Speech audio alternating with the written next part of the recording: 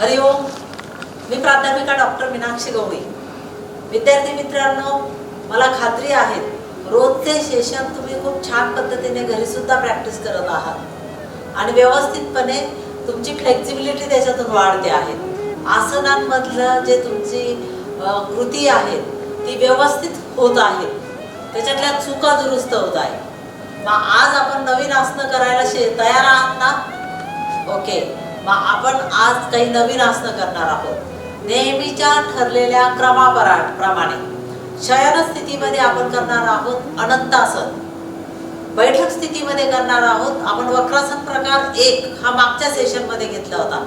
आपण करणार आहोत आता वक्रासन प्रकार 2 आणि त्याचबरोबर वक्रासन प्रकार 2 जर तुम्हाला व्यवस्थित येतो आहे तर तुम्हाला पुढचा प्रकार कोणता करायचा आहे? पुढचा प्रकार आहे तुमचा अर्धमत्स्येंद्रासन. आता अर्धमत्स्येंद्रासन तुम्ही याच्यात करणार आहात. तर या पद्धतीने बैठक स्थितीमध्ये हे आसनं झाले. त्याच्यात तुम्हाला मी सांगितलं होतं की पर्वतासन हे तुम्हाला करता आलं पाहिजे, कारण सर्व आसनं झाल्यानंतर पर्वतासन करायचं असतं. तर पर्वतासन आज मी तुम्हाला बैठक स्थितीमध्ये अजून शिकवणार आहे. यानंतर आपल्याला विपरीत शयन स्थितीमध्ये करायचं आहे नौकासन आणि दंड स्थितीमध्ये जो पुढचा क्रम आहे दंड स्थितीचा, दंड स्थितीमध्ये आपण करणार आहोत उग्रासन. खूप आसनं नाही आहेत, आता तुम्ही शिकतायत करतायत, त्याच्यामुळे आता तुम्ही आसनांमध्ये येताय, लवचिकता वाढली आहे. नक्कीच आपण सगळे विद्यार्थी ही आसनं करणार आहोत. तर प्रथमतः आपल्याला काय करायचं आहे? बैठक स्थितीमध्ये जायचं आहे. बैठक स्थितीमध्ये जाताना दोन्ही हात समोर, यानंतर तुम्हाला दोन्ही गुडघे वाकून तुम्हाला या पद्धतीने चवड्यांवरती यायचं आहे. नंतर तुमचा डावा पाय समोर, उजवा पाय समोर आणि यानंतर तुम्हाला बैठक स्थितीमध्ये पण मी जे तुमचे विश्रांतीकारक किंवा ध्यानात्मक आसनं सांगितलेली आहे त्याच्यामध्ये तुम्हाला जे आसन म्हणजे पद्मासन करू शकतात, स्वस्तिकासन करू शकतात किंवा सरळ सुखासन करू शकतात. या आसन स्थितीमध्ये तुम्ही आलेले आहेत. हाताची तुमची ध्यान मुद्रा आहेत आणि आपण सुरुवात कशाने करणार आहोत? ओंकाराने. आणि ओंकार झाल्यानंतर आपल्याला करायचे आहेत गुरुवंदना. तर सगळे तयार आहेत? श्वास घ्या, एक दीर्घ श्वास घ्या, दीर्घ श्वास सोडा, दीर्घ श्वास घ्या,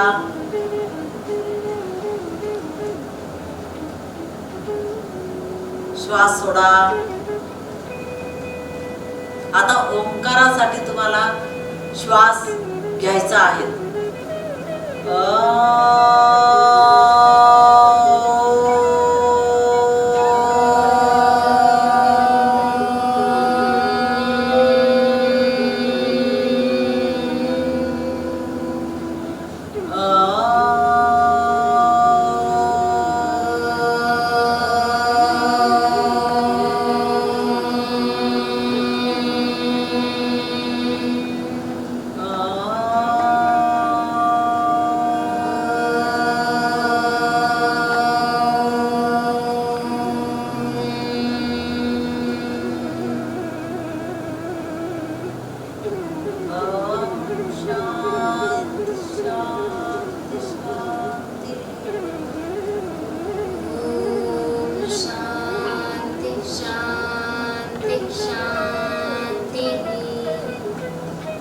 गुरुर्ब्रह्मा गुरुर्विष्णू गुरुर्ब्रह्मा गुरुर्विष्णू गुरुर्देवो महेश्वरा गुरुर्देवो महेश्वरा गुरु साक्षात परब्रह्म गुरु साक्षात् परब्रह्म तस्मै श्री गुरवे नमः. तस्मै श्री गुरवे नमः. श्री गुरवे नमः. श्री गुरवे नमः. श्री गुरवे नमः. श्री गुरवे नमः. दोन्ही तळ हाताने एकमेकांवर दर्शन करायचंय. तर हात डोळ्यावर न्यायचा आणि प्रकाशाचा अनुभव घेत अलगद डोळे उघडायचे. तर विद्यार्थी मित्रांनो, आपल्या ठरल्याप्रमाणे आपण सर्वात पहिलं आसन जे करणार आहोत ते आहे तुमचं कोणतं आसन सांगितलं होतं? अनंतासन. अनंतासन करायचं आहे आता आपल्याला. अनंतासन करण्यासाठी प्रथमतः तुमचा डावा पाय समोर, नंतर उजवा पाय समोर, त्यानंतर दोन्ही हातांचा आधार घेत तुम्हाला काय करायचं आहे, बैठक स्थितीमध्ये म्हणजे स्वस्थ बैठक स्थितीमध्ये जायचं आहे. तर त्यासाठी तुमचे दोन्ही हात काय होतील, या पद्धतीने स्वस्थ बैठक स्थितीमध्ये तुम्ही गेले. आता यानंतर तुम्हाला शयन स्थितीमध्ये जायचं आहे. तर शयन स्थितीमध्ये जाताना प्रथमतः तुम्ही कोणत्या फॉर्मेशनमध्ये करणार आहात. माझ्या मते फाल्गुनी तू या बाजूला येऊन जा साईडने, तुला चालेल सरळ करायला किंवा मग कशी करतेस, चालेल. आता बैठक स्थितीमधून शयन स्थितीमध्ये कसं जायचं हे मी तुम्हाला शिकवलेलं आहे. प्रथमतः तुमच्या हाताच्या मनगटापासून कोपरापर्यंतचा हात तुम्हाला टेकत न्यायचा आहे. शोल्डर टेकायचे आहेत, मान, नंतर तुमचं डोकं टेकवायचं आहे. या पद्धतीने तुम्ही शयन स्थितीमध्ये आहेत. जे तुम्ही अनंतासन करणार आहात. अनंत म्हणजे शेषशाही विष्णू, ज्या अवस्थेमध्ये असतो, ज्या पद्धतीने असतो, त्या विष्णू सारखं ते आसन आहे, म्हणून त्याला अनंतासन नाव दिलेलं आहे. आता याच्यामध्ये काय करायचंय, प्रथमतः आपल्याला डाव्या बाजूने करायचंय. मग काय करायचं, सर्वप्रथम तुम्हाला तुमचा डावा हात जो आहे तो डावा हात कोणत्या बाजूला घेऊन जायचा आहे, डोक्याच्या बाजूला घेऊन जायचा आहे. बॅक साईडला होईल, या बाजूने करायला लागेल.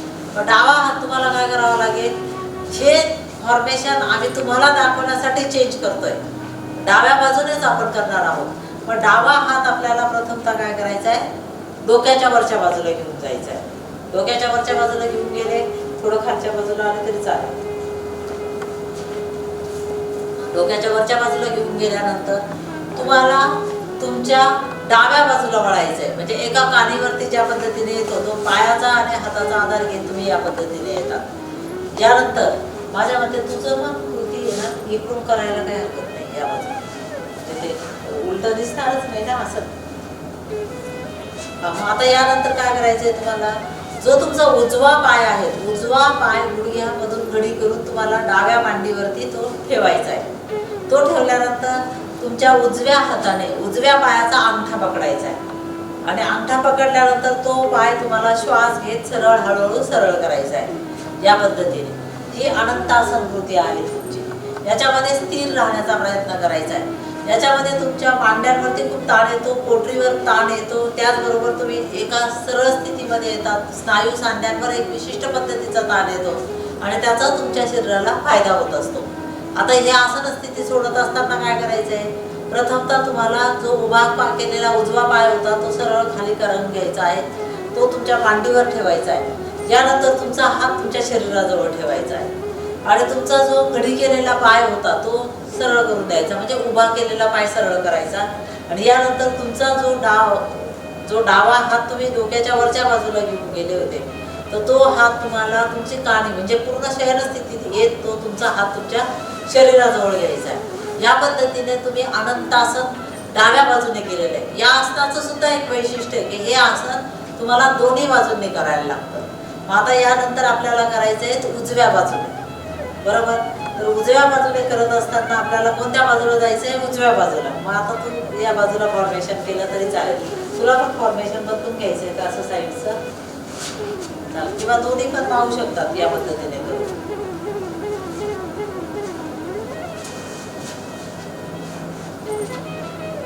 आता या थोडं पुढे सरकली तरी चालेल अजून.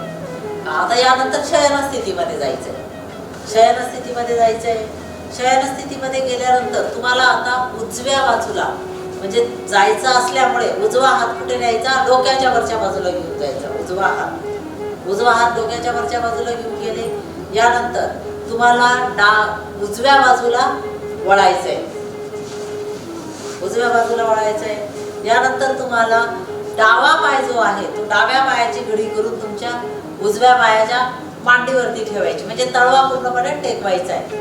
या पद्धतीने तुम्ही ठेवल्यानंतर डाव्या हाताने तुम्हाला डाव्या पायाचा अंगठा पकडायचा आहे आणि हळूहळू पाय तुम्हाला सरळ करायचा आहे. याच्यामध्ये तुमचं एक गोष्ट महत्त्वाची आहे की काही लोकांना यांची फ्लेक्झिबिलिटी आहे त्याच्यामध्ये करू शकतात. काही लोकांना हात पूर्णपणे टेकवणं शक्य होत नाही, त्याच्यामुळे ते विचलित होऊन जातात. तर हा हात जो आहे तो तुम्ही इकडे तुमच्या अँकलला पण पकडू शकतात. तिथपर्यंतही नाही आला तर इकडे पोटरीला पण पकडू शकतात. या पद्धतीने तुम्ही हे आसन करू शकता. अशा पद्धतीने हे जे अनंतासन आहेत ते विष्णूचं जसं शेषशाही ते विश्रांती करतो तो म्हणजे योगनिद्रा घेतो ती जी पोझिशन त्या पद्धतीने असं म्हटलं जातं. त्याच्यामुळे हे अनंतासन आहेत. याच्यामुळे तुमच्या मांडीचे स्नायू मोकळे होतात, पोटऱ्यांचे स्नायू तुमचे त्यांना ताण प्राप्त होतो, हातांना पण ताण प्राप्त होतो आणि याचा तुमच्या शरीरावर खूप सुपरिणाम होत असतो. आसन स्थिती सोडत असताना प्रथमतः तुमचा उभा जो केलेला डावा पाय होता तो तुमच्या खाली आणायचा आहे आणि त्याचा तळवा जो आहे तो तुमच्या उजव्या पायाच्या मांडीवर ठेवायचा आहे. आता तुमचा जो डावा हात होता तो डावा हात तुमच्या शरीराजवळ घ्यायचा आहे आणि तुमचा घडी केलेला जो वरती पाय आहे उभा केलेला तो तुम्हाला काय करायचा आहे, सरळ करायचा आहे. आता यानंतर तुम्हाला तुमचा पूर्वस्थितीमध्ये शयन स्थितीमध्ये येत असताना तुमचा जो वरती तुमचा जो उजवा हात घेऊन गेलेले होते तो हात तुमच्या शरीराजवळ आणायचा आहे. असं हे अनंतासन तुम्ही केलेलं आहे. यानंतर आपल्याला काही बैठक स्थितीमधले आसनं करायचे. तर बैठक स्थितीमध्ये मी तुम्हाला सांगितल्याप्रमाणे वक्रासन प्रकार एक केलेला होता. आज आपण वक्रासन प्रकार 2 करणार आहे. त्याच्यासाठी तुम्हाला प्रथमतः बैठक स्थितीमध्ये यायचं आहे. बैठक स्थितीमध्ये येत असताना प्रथमतः दोन्ही हातांचा आधार घेत तुम्ही बैठक स्थितीमध्ये यायचं आहे. दोन्ही पाय सरळ आहेत. याच्यानंतर वक्रासन प्रकार 1 करत असताना 2 करत असताना तुम्हाला तुमचा डावा पाय जो आहे तो तुम्हाला गुडघ्यातून फोल्ड करत तुमच्या शरीराजवळ आणून उभा करून ठेवायचा आहे. या पद्धतीने तुम्ही उभा करून ठेवलेला आहे. आता यानंतर तुमचा जो उजवा हात आहे, उजवा हात तुम्हाला बॅक साईडने असा वरती घेऊन गेले तरी चालेल. या पद्धतीने वरती घेऊन जायचा आहे. यानंतर उजव्या हाताच्या खांद्याने डाव्या पायाच्या गुडघ्याला रेटा द्यायचा आणि तुम्हाला त्या ठिकाणी तुमच्या डाव्या पायाचं काय पकडायचं आहे, तुम्हाला अंगठा पकडायचा आहे. यानंतर तुमचा जो उजवा हात आहे, उजवा हात तुमचा मागे पाठीवरती घेऊन जायचा आहे म्हणजे कमरेला या पद्धतीने राऊंड करायचा आहे आणि मागच्या बाजूला वळून तुम्हाला बघायचं आहे. म्हणजे मान सरळ करून तुम्ही नंतर वळून बघितलं तरी चालेल. म्हणजे तुमचं जे डायरेक्शन आहे म्हणजे तुमचं पाठ पुढे झुकणं किंवा मागे झुकणं हा प्रकार होत नाही. व्यवस्थितरित्या ही कृती होत असते. या पद्धतीने तुम्ही वक्रासन प्रकार 2 मधला एका बाजूने हे आसन केलेलं आहे. आता आपल्याला दुसऱ्या बाजूने करायचं आहे. एक तर तुम्ही डाव्या बाजूने करू शकतात किंवा उजव्या बाजूने करू शकतात. जर तुम्ही पहिले डावा पाय फोल्ड करून केला असेल तर आता उजवा पाय फोल्ड करून करायचा आहे. आसन स्थिती सोडत असताना प्रथमतः 1ला तुमचे मान सरळ होऊन जाईल, मान समोर. 2ला तुमचा जो घडी कमरेवरचा हात होता तो तुमचा जागेवर येईल शरीराजवळ. 3ला तुम्हाला तुमचे दोन्ही हात शरीराजवळ ठेवायचे आहेत आणि 4ला तुमचा उभा केलेला पाय सरळ करून घ्यायचा आहे. यानंतर तुम्हाला कोणत्या बाजूने करायचंय, दुसऱ्या बाजूने. कारण की हे आसन असं आहे की दोन्ही बाजूने करणं गरजेचं असतं. आता आपल्याला उजवा पाय जो आहे तो उजवा पाय फोल्ड करून तुमच्या शरीराजवळ घेऊन जायचा आहे म्हणजे उभा करून तो ठेवायचा आहे तुमच्या शरीराजवळ. यानंतर काय करायचंय, तुमचा डावा हात जो आहे डाव्या हाताला हळून तुम्ही वरच्या बाजूला घेऊन जायचंय. वरच्या बाजूला घेऊन गेल्यानंतर तुम्हाला डाव्या शोल्डरने उजव्या पायाच्या गुडघ्याला रेटा देत तुमचा जो डावा हात आहे त्या डाव्या हाताने तुमचा उजव्या पायाचा अंगठा पकडायचा आहे. या पद्धतीने तुम्ही करायचं आहे. ज्यांचं शक्य नाही त्यांनी फक्त उजव्या पायाचा अँकल म्हणजे घोटा पकडला तरी चालेल. या पद्धतीने करायचं. यानंतर तुम्हाला तुमचा जो डावा हात आहे, डावा हात तुम्हाला हळूहळू कमरेवरती घेऊन जायचा आहे. या पद्धतीने कमरेवर घेऊन गेले. आता तुम्हाला मान तुमची उजव्या बाजूला वळवायची. या आसनामध्ये तुम्हाला बघा ओटीपोटाच्या स्नायूंवर पण दाब येतो, पोटाच्या पचनेंद्रियांवर दाब निर्माण होतो. त्याचबरोबर तुमच्या मज्जारज्जूला एक प्रकारचा वक्र प्राप्त होऊन जातो म्हणजे तो वळतो. त्याच्यामुळे मेरुदंडाच्या आजूबाजूचे जे स्नायू आहेत ते सक्षम होतात म्हणजेच तुमच्या पाठीचा कणाचं आरोग्य सुधारतं, पाठीचा कणा लवचिक पण होतो. त्याचबरोबर ज्यांना मधुमेह आहे त्यांच्यासाठी सुद्धा हे आसन खूप गरजेचं आहे. कारण स्वादुपिंडावर जो दाब येतो आणि जे अंतःस्रावींचं ग्रंथींचं स्टिम्युलेशन होतं त्याचा खूप छान परिणाम या आपल्या शरीरावर होत असतो. आता आसन स्थिती सोडत असताना प्रथमतः मान तुमची सरळ करायची आहे. यानंतर तुमचा जो वळवलेला कमरेवरचा हात आहे तो तुमचा शरीराजवळ आणायचा आहे. यानंतर दोन्ही हात तुमच्या शरीराजवळ असतील शरीराला लागून आणि तुमचा उभा केलेला जो शरीराजवळ घेतलेला पाय होता उजवा पाय तो सरळ करायचा आहे. या पद्धतीने तुम्ही वक्रासन प्रकार 2 केलेला आहे आणि हे वक्रासन प्रकार 1 आणि 2 हे तुमच्या अर्धमत्स्येंद्रासनाचं पूर्वतयारी म्हणता येईल किंवा त्याची त्यासाठी शरीराला तयार करण्याचं म्हणजे त्यासाठी आपण जी मेहनत घेतो त्याच्यासाठी ही 2 असणं गरजेचे आहे. आता अर्धमत्स्येंद्रासन आणि अर्धमत्स्येंद्रासनचं प्रगत आसन आहे पूर्ण मत्स्येंद्रासन. तर आज आपण करणार आहोत अर्धमत्स्येंद्रासन. अर्धमत्स्येंद्रासन मत्स्येंद्र ऋषींनी हे आसन सांगितलेलं आहे म्हणून याचं नाव मत्स्येंद्रासन आहे, म्हणजे जे पूर्ण मत्स्येंद्रासन. पण सगळ्यांनाच पूर्ण मत्स्येंद्रासन जमतं असं नाहीये म्हणून आपण आता या ठिकाणी अर्धमत्स्येंद्रासन करणार आहोत. मग हे करत असताना प्रथमतः 1 ला तुमचा डावा पाय जो आहे तो डावा पाय उचलून तुम्हाला उजव्या पायाच्या गुडघ्याजवळ त्याच्या विरुद्ध बाजूला ठेवायचा, म्हणजे गुडघ्याच्या त्या बाजूला पलीकडे ठेवायचा आहे. या पद्धतीने तुम्ही ठेवलेला आहे. यानंतर तुम्हाला काय करायचं, उजवा हात जो आहे 1 मिनिट. आता याच्यानंतर काय करायचं, तुमचा उजवा पाय जो आहे उजव्या पायाला गुडघ्यातून फोल्ड करून तुम्हाला तुमच्या नितंबाजवळ तुमची टाच घेऊन जायची. पण मात्र टाचेवरती बसायचं नाहीये, फक्त नितंबाजवळ नेऊन तुम्ही ती ठेवलेली आहे. यानंतर तुमचा जो उजवा हात आहे उजवा हात तुम्हाला मागच्या बाजूने नेऊन सरळ करायचा आहे. नंतर तुम्हाला उजव्या खांद्याने डाव्या पायाच्या गुडघ्याला रेटा द्यायचा आहे आणि रेटा देत तुम्हाला काय करायचं आहे, तुमच्या डाव्या पायाचा अंगठा पकडायचा आहे. अंगठा पकडा, पाऊल पकडा, तुमची जशी लवचिकता असेल त्या पद्धतीने तुम्हाला पकडायचं आहे. यानंतर तुम्हाला काय करायचंय, यानंतर तुम्हाला तुमचा हात जो आहे तो डावा हात तुम्हाला कमरेवरती म्हणजे या पद्धतीने वळवून लावायचा आहे आणि तुमची जी मान आहे ती मान तुम्हाला हळूहळू श्वास सोडत तुम्हाला डाव्या बाजूला वळवायची. या पद्धतीने तुम्ही हे कोणतं आसन केलेलं आहे, हे अर्धमत्स्येंद्रासन केलेलं आहे. अर्धमत्स्येंद्रासनाचं पण वैशिष्ट्य असं आहे की हे आसन दोन्ही बाजूंनी करायचं असतं आणि जे तुम्हाला मी वक्रासन प्रकार 2 मध्ये जे फायदे होतात ते सांगितले त्याच्याच पद्धतीने म्हणजे त्याच्यापेक्षा जास्त फायदे त्या स्वरूपाचे, म्हणजे मेरुदंडासाठी होणारे फायदे असू द्या, तुमच्या पोटरी मांड्यांसाठी होणारे फायदे असू द्या, त्याचबरोबर तुमच्या पचनेंद्रियांच्या अवयवांसाठी होणारे फायदे असू द्या, तुमच्या मानेच्या स्पॉन्डिलायटिससाठी असणारे फायदे असू द्या किंवा मानेच्या मणक्यांसाठी असणारे फायदे असू द्या, त्या सगळ्या अवयवांवर खूप चांगला परिणाम याच्यामध्ये होत असतो. उत्साह तुमच्यामध्ये निर्माण होतो, पिळदार तुमचे मनका होत असतो, शरीराला सुद्धा एक प्रकारचा पीळ प्राप्त होत असतो. आता आपल्याला आसन स्थिती सोडायची. आसन स्थिती सोडत असताना प्रथमतः तुम्हाला मान हळूहळू सरळ समोर करायची आहे. यानंतर तुमचा जो डावा हात तुमच्या कमरेला लपेटून तुम्ही ठेवला होता तो हळूहळू तुमच्या शरीराजवळ आणायचा आहे. यानंतर तुम्हाला जो रेटा देऊन हात ठेवलेला होता तुमचा उजवा हात तो तुमच्या शरीराजवळ आणायचा आहे किंवा तुम्ही असंही करू शकता की दोन्ही हात सोबतही शरीराजवळ आणू शकतात. यानंतर तुमचा जो घडी गेलेला पाय होता उजवा पाय तो तुम्हाला हळूहळू सरळ आणायचा आहे आणि यानंतर तुमचा उभा केलेला जो डावा पाय आहे तो तुम्हाला या बाजूला घेऊन तो हळूहळू सरळ आणायचा आहे. म्हणजे तुम्ही आता पूर्वस्थिती बैठक स्थितीमध्ये आलेले आहेत. यानंतर तुम्हाला हेच आसन दुसऱ्या बाजूने करायचंय. मग दुसऱ्या बाजूने करायलाच लागतं कारण ही दोन्ही आसनं दोन्ही बाजूंचे जे तुम्हाला दाब आणि ताण हे एकमेकांना पूरक असतात आणि त्याचाच फायदा तुम्हाला होत असतो. यासाठी तुम्हाला प्रथमतः 1 ला उजवा पाय जो आहे तो उजवा पाय तुम्हाला उचलून डाव्या पायाच्या गुडघ्याजवळ उभा करून ठेवायचा आहे, म्हणजे गुडघ्याच्या पलीकडे तो ठेवायचा आहे तुम्हाला आणि त्याची टाच म्हणजे त्याचं पाऊल हे पूर्णपणे टेकलेलं असेल अशा पद्धतीने ठेवायचं आहे. यानंतर तुम्हाला डावा हात जो आहे तो डावा हात मागच्या बाजूने घेऊन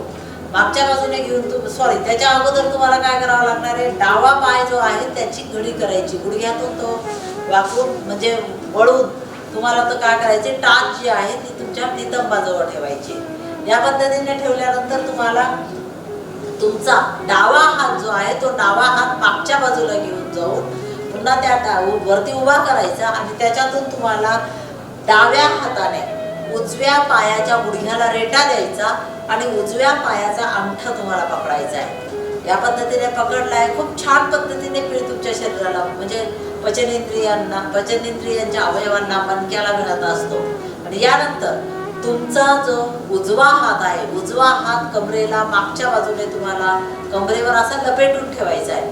आणि यानंतर तुम्हाला तुमची मान जी आहे ती मान श्वास सोडत तुम्हाला बॅक साईडला म्हणजे उजव्या बाजूला वळून तुम्हाला बघायचं आहे. याच्यामध्ये पुढे किंवा मागे मागे तर नाही झुकत, पण पुढच्या बाजूला झुकण्याची खूप प्रवृत्ती होते, तर तसं झुकू द्यायचं नाही. अशा पद्धतीने तुम्ही आता या ठिकाणी अर्ध मत्स्येंद्रासन केलेलं आहे. याच्यामध्ये तुमच्या पोटावरती जी अतिरिक्त चरबी असते ती पण कमी होते, कारण पूर्णपणे पिळे होतो. आतड्यांचा मसाज होत असतो तुमच्या. पुन्हा ते जे पचनेंद्रिय आहे त्यांचा मसाज होतो. मूत्रपिंडांची कार्यक्षमता वाढते, कारण त्या ठिकाणी सुद्धा मसाज होत असतो.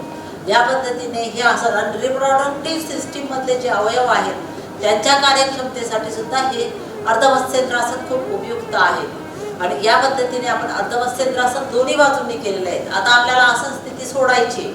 आसन स्थिती सोडत असताना प्रथमतः श्वास घेत तुमचा मान जी आहे ती तुम्हाला काय करायची, सरळ करायची. आसन स्थिती घेतल्यानंतर म्हणजे काही सेकंदांनी आपण सुरुवात करतो, काही सेकंदांपर्यंत कधी टिकवतो, नंतर 2 ते 3 मिनिटांपर्यंतही ठेवतो. तर आसन स्थिती घेतल्यानंतर तुम्हाला संथ श्वसन करायला काहीही हरकत नसते, हे लक्षात घ्या पहिले. यानंतर तुमचा जो मागच्या बाजूला नेलेला हात होता उजवा हात, तो तुम्हाला सरळ करून तुमच्या शरीराजवळ आणायचा आहे. त्याच वेळेस तुमचा जो दुसरा हात आहे म्हणजे दोन्ही हात तुम्ही तुमच्या शरीराजवळ ठेवू शकता. दोन्ही हात शरीराजवळ ठेवायचे. यानंतर तुमचा घडी केलेला जो पाय आहे तो सरळ करायचा आहे, डावा पाय. यानंतर तुमचा उजवा पाय जो आहे तो उजवा पाय तुम्हाला सरळ करून घ्यायचा आहे. आणि तुम्ही आता बैठक स्थितीमध्ये आलेले आहेत. या पद्धतीने आपण आता बैठक स्थितीमध्ये वक्रासन प्रकार 2 आणि अर्धमत्स्येंद्रासन केलेलं आहे. यानंतर आपल्याला जे पुढचं आसन करायचं आहे ते आहेत मी तुम्हाला सांगितल्याप्रमाणे पर्वतासन. पर्वत कसा असतो, खाली त्याचा बेस मोठा असतो आणि नंतर वरती कसा झालेला असतो, निमुळता झालेला असतो. या पद्धतीनेच आपण इथे बैठक स्थितीमध्ये असतो आणि नंतर तुमचे हात असे टोकदारवरती जातात, त्याच्यामुळे त्याला पर्वतासन म्हणतात. तर ह्या आसन स्थिती घेत असताना तुमची पूर्वस्थिती बैठक स्थिती आहे. एकाने समोर केलं आणि एकाने आडव्या पोझिशनमध्ये केलं तरी चालेल. मग या पद्धतीने या बैठक स्थितीमध्ये तुम्ही असल्यानंतर याच्यात एक गोष्ट होत असते की तुम्ही ज्यावेळेस म्हणजे हे पर्वतासन जे आहेत शेवटी जे आपण प्रार्थना करतो त्यावेळेस हे पर्वतासन म्हणून तुम्हाला शरणमुद्रा करायची असते किंवा पर्वतासन शेवटी करायचं असतं. आपल्या स्नायूंना वाढं वेगळं म्हणजे वेडी वाकड्या पद्धतीने आपण ताणलेलं असतं.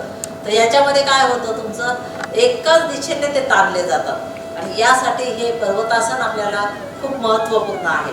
याच्यात आपल्याला काय करायचं, जी बैठक स्थिती तुम्हाला योग्य असेल त्या बैठक स्थितीमध्ये तुम्ही करू शकता. म्हणजे वज्रासनात करू शकतात, पद्मासनामध्ये करू शकतात, त्याचबरोबर तुम्ही सुखासनामध्ये करू शकतात आणि त्याचबरोबर तुम्ही स्वस्तिकासनमध्ये करू शकतात. ही सगळी आसनं आज तुम्ही शिकलेली आहेत.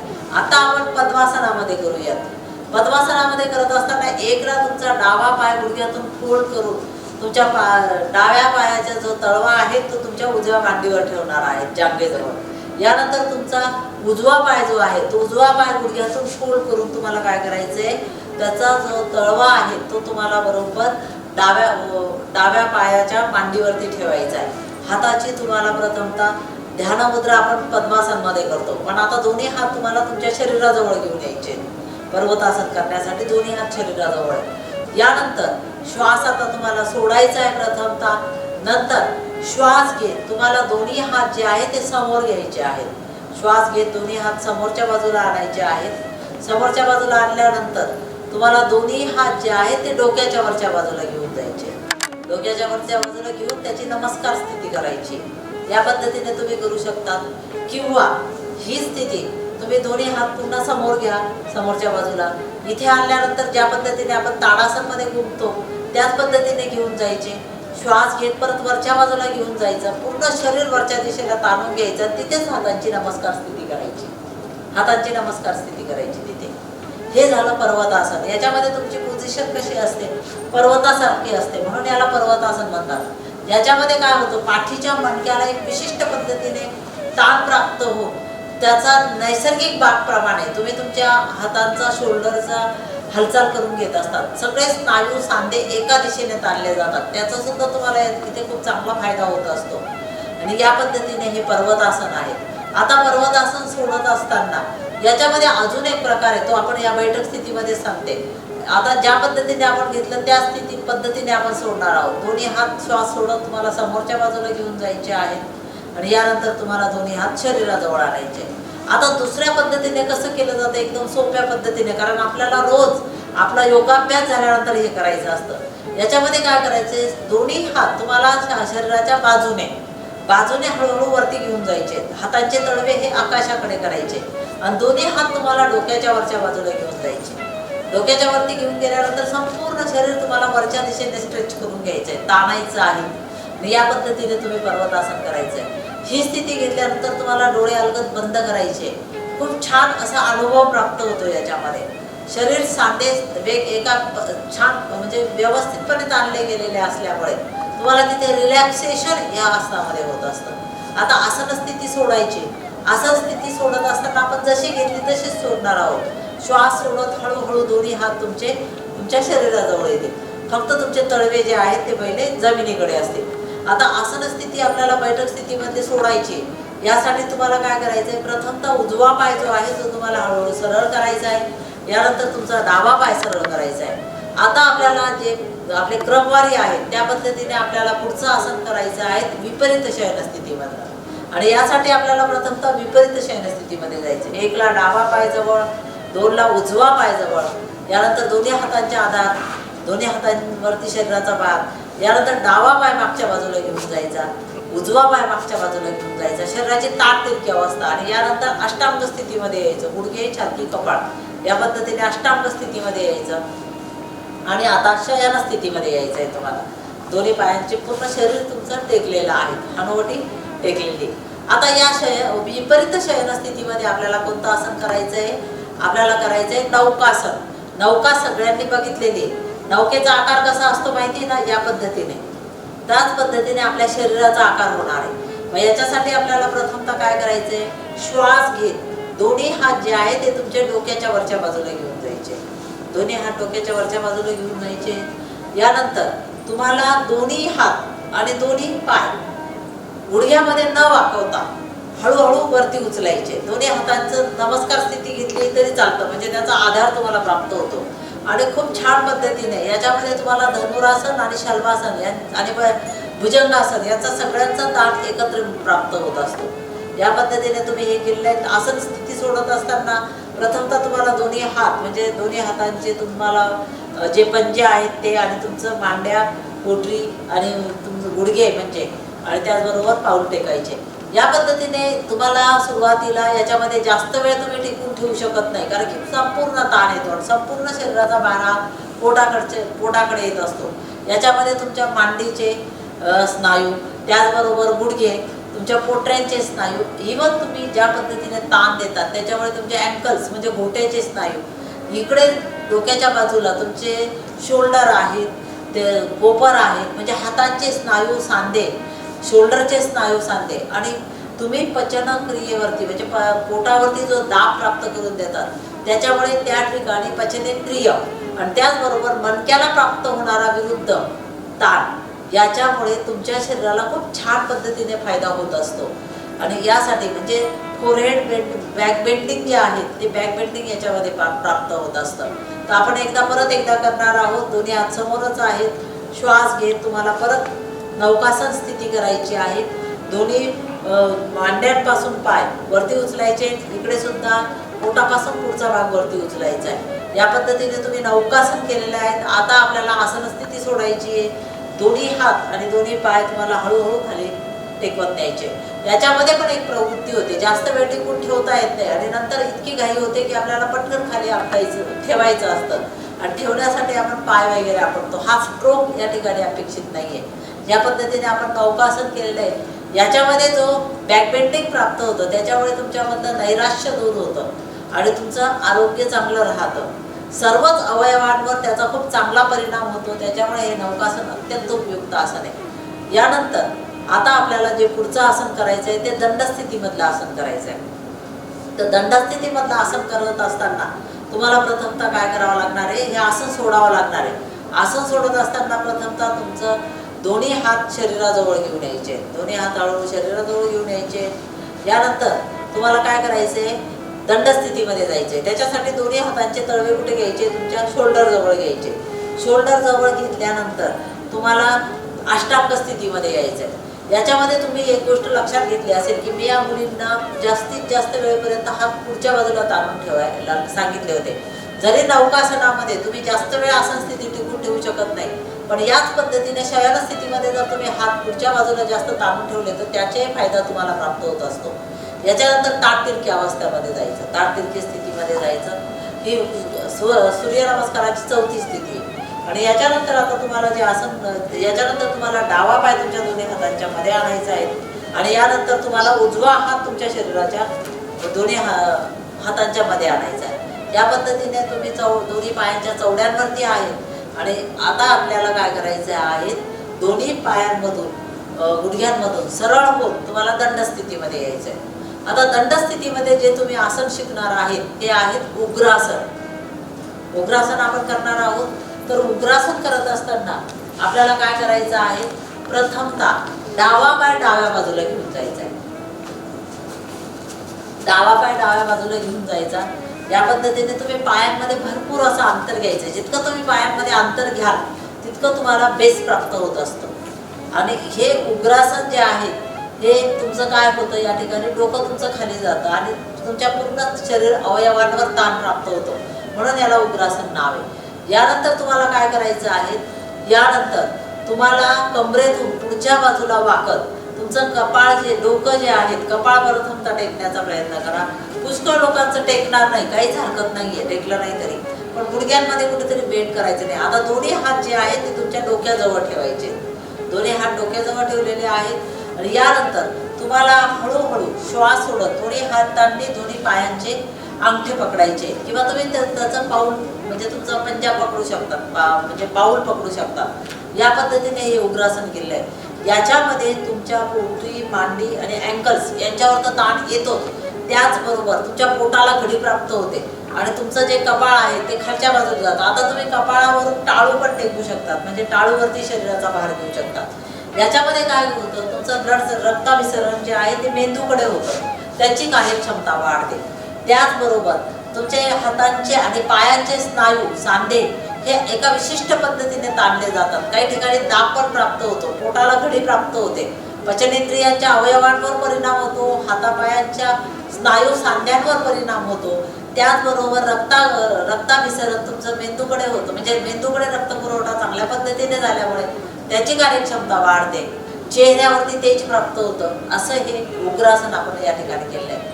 आता आसन स्थिती सोडत असताना प्रथमतः दोन्ही हात तुमच्या डोक्याजवळ घ्यायचे. यानंतर दोन्ही हातांच्या आधारानेच तुम्हाला हळूहळू कमरेतून काय करायचं आहे, सरळ व्हायचं आहे. हळूहळू कमरेतून तुम्हाला सरळ व्हायचं आहे. आणि यानंतर तुमचा जो डावा पाय तुम्ही डाव्या बाजूला घेऊन गेले होते तो तुम्हाला काय करायचा आहे, आपल्या उजव्या पायाजवळ आणायचा आहे. या पद्धतीने तुम्ही हे उग्रासन केलेलं आहे. जसा डावा पाय तुम्ही डाव्या बाजूला घेऊन गेले होते तसं उजवा पाय उजव्या बाजूला घेऊन जाऊन तुम्ही हे आसन परत करू शकता. पण मात्र याच्यामध्ये तुमचं डोकं जे आहे ते बरोबर दोन्ही पायाच्या मध्ये येणं अपेक्षित असतं. त्याच्यामुळे डाव्या बाजूने केलं आणि उजव्या बाजूने केलं तरी सेम लेवलला तुमचं जे स्ट्रेचिंग आहे ते त्या पद्धतीने होत असतं. अशा पद्धतीने तुम्ही उग्रासन केलेलं आहे. आता दोन उजव्या बाजूने करायचं आहे. बरं, उजव्या बाजूने करूया. उजवा पाय उजव्या बाजूला घेऊन जायचा, म्हणजे तुम्हाला पण रिपीट होईल आणि तुम्हाला बघायला मिळेल. उजवा पाय उजव्या पायाला बाजूला घेऊन जायचा आहे. यानंतर तुम्हाला कमरेतून पुढच्या बाजूला वाकायचं आहे. कपाळ पहिले टेकवायचं आहे. दोन्ही हात तुमच्या डोक्याजवळ ठेवायचे. यानंतर हळूहळू तुमचं टाळू टेकवायची, म्हणजे कपाळाच्या मागच्या बाजूचा भाग, डोक्याचा भाग टेकवायचा आहे. यानंतर तुमचे दोन्ही हात जे आहेत दोन्ही हाताने, म्हणजे डाव्या हाताने डाव्या पायाचा अंगठा, उजव्या हाताने उजव्या पायाचा अंगठा पकडायचा आणि जास्तीत जास्त स्ट्रेच करून घ्यायचा प्रयत्न करायचा आहे. येणारा ताण अनुभवायचा आहे. यानंतर या पद्धतीने उग्रासन तुम्ही केलेलं आहे. आता आसन स्थिती सोडत असताना तुम्हाला काय करायचं, दोन्ही हात पहिले डोक्याजवळ आणायचे. हळूहळू कमरेतून तुम्हाला सरळ व्हायचं आहे. हातांचा आधार घेतच दोन्ही पाय जास्त फागवलेले होते आपण बाजूला ते जवळ घेतले तरी चालतील. आणि यानंतर तुम्हाला उजवा पाय जो बाजूला गेलेला होता तो तुमचा डाव्या पायाजवळ आणायचा आहे. या पद्धतीने उग्रासन तुम्ही केलेलं आहे. आता आपण यानंतर तुम्हाला मी सांगितल्याप्रमाणे आपल्याला काय करायचं असतं, शवासन करायचं असतं. जर तुम्ही योगाभ्यास म्हणजे प्राणायामाचा अभ्यास करता तर शवासन करायचं असतं. तर आपल्या वेळेचं बंधन आहे. आता तुम्ही शवासन पुढसमोर करू शकता. शवासन मी तुम्हाला शिकवले, मकरासन शिकवलेलं आहे, म्हणजे विश्रांतीकारक आसनं शिकवले. यानंतर तुम्ही शवासन केल्यानंतर 2 मिनिटांचं शवासन करू शकतात. त्याच्यात तुमची श्वासाची गती नॉर्मल स्थितीमध्ये येते. आणि यानंतर आता आपल्याला प्राणायामाचा अभ्यास करायचा आहे. यासाठी आपल्याला बैठक स्थितीमध्ये जायचं आहे. मग तुम्हाला मी मागच्या सेशनमध्ये सांगितलं होतं की आपल्याला ज्या वेळेस करायचं असतं प्राणायाम करतो त्यावेळेस आपल्याला शुद्धी म्हणजे तुमच्या नाड्यांची शुद्धी करण्यासाठी आपण काय करत असतो, कपालभाती करत असतो. तुम्हाला मी याच्यामध्ये दीर्घ श्वसन शिकवलेलं आहे. प्रथमतः श्वसन सजगता आपण शिकलो आहोत. यानंतर आपण दीर्घ श्वसनाचा अभ्यास केलेला होता. तो तालिकेवर म्हणजे हातांच्या तालिकेवरती ताल यंत्रावर कशा पद्धतीने करतात ते पण आपण मागच्या सेशनला बघितलं होतं. आणि आपण कपालभाती शिकलो होतं. तर कपालभाती एकदा आपण करणार आहोत. आणि यानंतर आज मी तुम्हाला अनुलोम कसं करायचं ते सांगणार आहे. त्याच्यामधली जी मुद्रा आहे प्रणव मुद्रा आणि अनुलोम कसं करायचं त्याचं एक चक्र सांगणार आहे. त्याची तुम्हाला भरपूर आवर्तनं करून प्रॅक्टिस करणं गरजेचं आहे, हे लक्षात घ्या. सगळेजण बैठक स्थितीमध्ये आहेत. शवासन झालंय, आता बैठक स्थितीमध्ये यायचंय.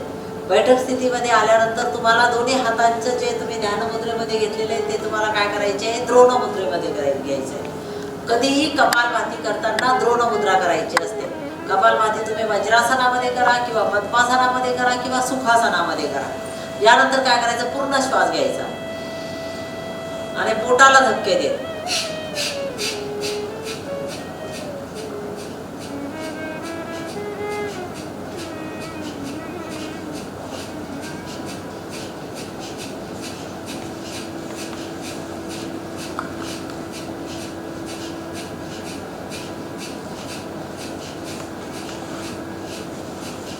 असे धक्के देत तुम्हाला तुमची आवर्तनं वाढवायची. आणि तुम्हाला मी सांगितलं काही वेळ एकदा तुम्ही जर केलं आणि तुमचे प्रत्येकाने आवर्तनं मोजायची आहेत. किती वेळेस आपण स्ट्रोक देतो ते मोजायचं आहे.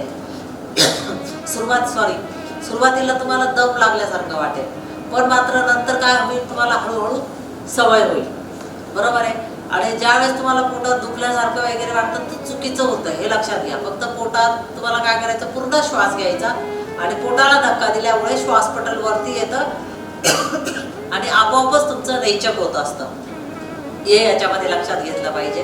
आता हे कपालभातीचा अभ्यास केल्यानंतर हे स्ट्रोक तुम्हाला मी सांगितलं होतं की एका मिनिटाला 120 स्ट्रोक तुम्ही करू शकता. प्रत्येकाच्या शरीर क्षमतेनुसार आपण हे स्ट्रोक कमी जास्त प्रमाणात करू शकतो. आता आपल्याला जे करायचं आहे, आज मी जे शिकवणार आहे ते आहे अनुलोम विलोम. अनुलोम विलोम करत असताना याच्यामध्ये तुम्हाला हाताची प्रणव मुद्रा करायची असते. तुमचा जो अंगठा आहे, अंगठ्या शेजारची तर्जनी आणि त्याच्या शेजारचं जे अनामिका म्हणता येईल त्याला, ही दोन जे बोटं आहेत ही या पद्धतीने फोल्ड करून घ्यायची. म्हणजे तर्जनी आणि त्याच्या शेजारचं अंगठा सरळच आहे. याचबरोबर इकडे करंगळी आणि त्याच्या शेजारचं जे बोट आहे ते उभ्या स्वरूपात आहे. आता हा उजवा हाताने आपण करतो आहोत. तर उजवी नाकपुडी तुमच्या अंगठ्याने बंद करता येते आणि डावी नाकपुडी तुमच्या करंगुलीजवळ जे बोट आहे त्याच्याने बंद करता येते. तर पहिले आपल्याला काय करायचे, उजवी नाकपुडी बंद करायची. खूप जोरात बंद करायची नाही, इकडे तिकडे अगदी नाकावर प्रेशर देऊन करायचं नाही. अगदी अलगद तुम्ही अंगठा ठेवला तरी बंद होतं. याच्यानंतर काय करायचं, डाव्या नाकपुडीने तुम्हाला श्वास घ्यायचा. नंतर दोन्ही नाकपुड्या बंद करायच्या.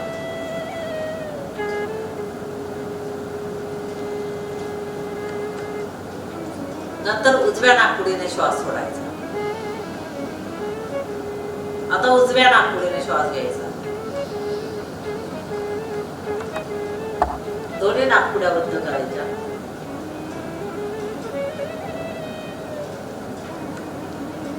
डावीने श्वास सोडायचा.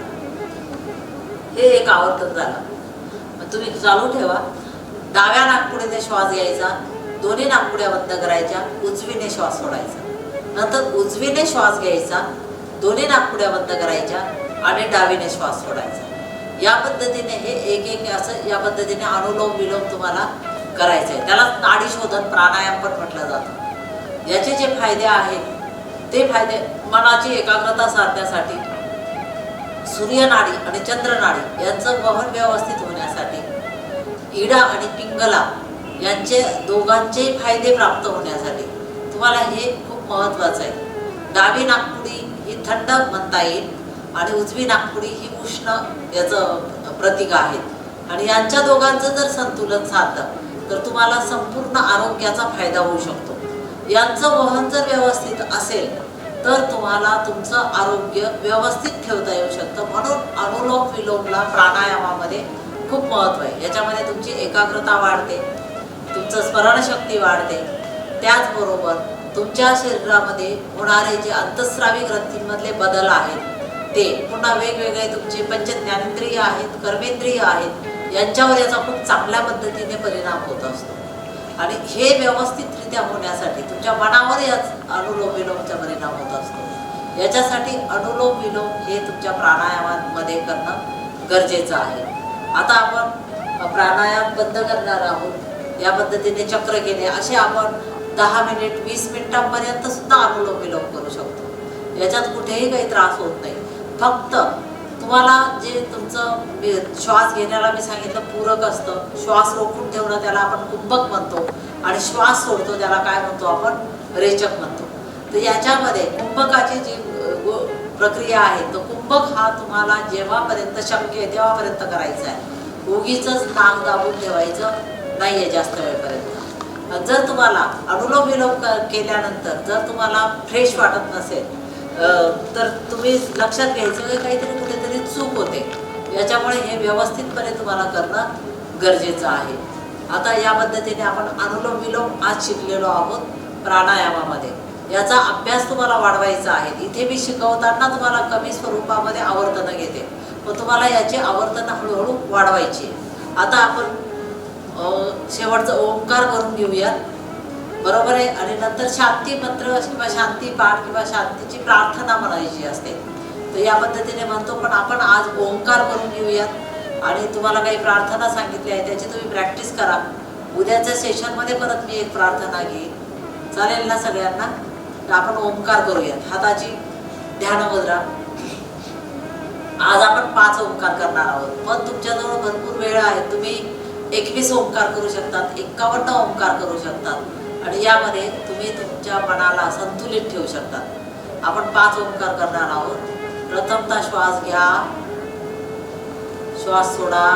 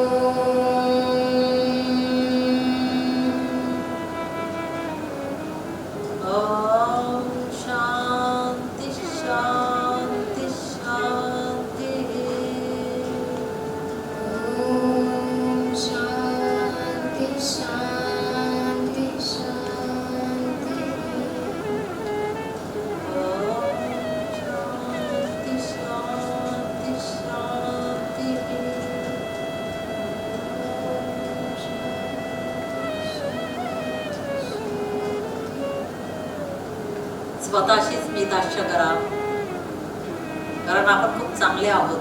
आपण योगाभ्यास करतो, आपले विचार चांगले आहेत, त्याच्यामुळे आपलं आचरण चांगलं आहे आणि नक्कीच आपलं हे चांगलं आचरण नेहमीच राहणार आहे. कोणत्याही भूलथापांना आपण बळी न पडता आपलं आचरण चांगलं ठेवूयात. आणि आपलं आचरण चांगलं असल्यामुळे, विचार चांगले असल्यामुळे आपण स्वतःशी पुन्हा स्मिताष्ट करायचं आहे. यानंतर मी तुम्हाला सांगितल्याप्रमाणे पर्वतासन, दोन्ही हात शरीराच्या बाजूने हळूहळू तळवे आकाशाकडे आहेत, डोक्याच्या वरच्या बाजूला घेऊन जायचं आहे. नमस्कार स्थिती करायची, पूर्ण शरीर वरच्या दिशेला स्ट्रेच करून घ्यायचं आहे. यानंतर हळूहळू समगतीत समलयीत श्वास सोडत कमरेतून पुढच्या बाजूला वाकायचं आहे. याच्यातून तुम्ही पर्वतासन मधून शरणमुद्रा केलेली आहे.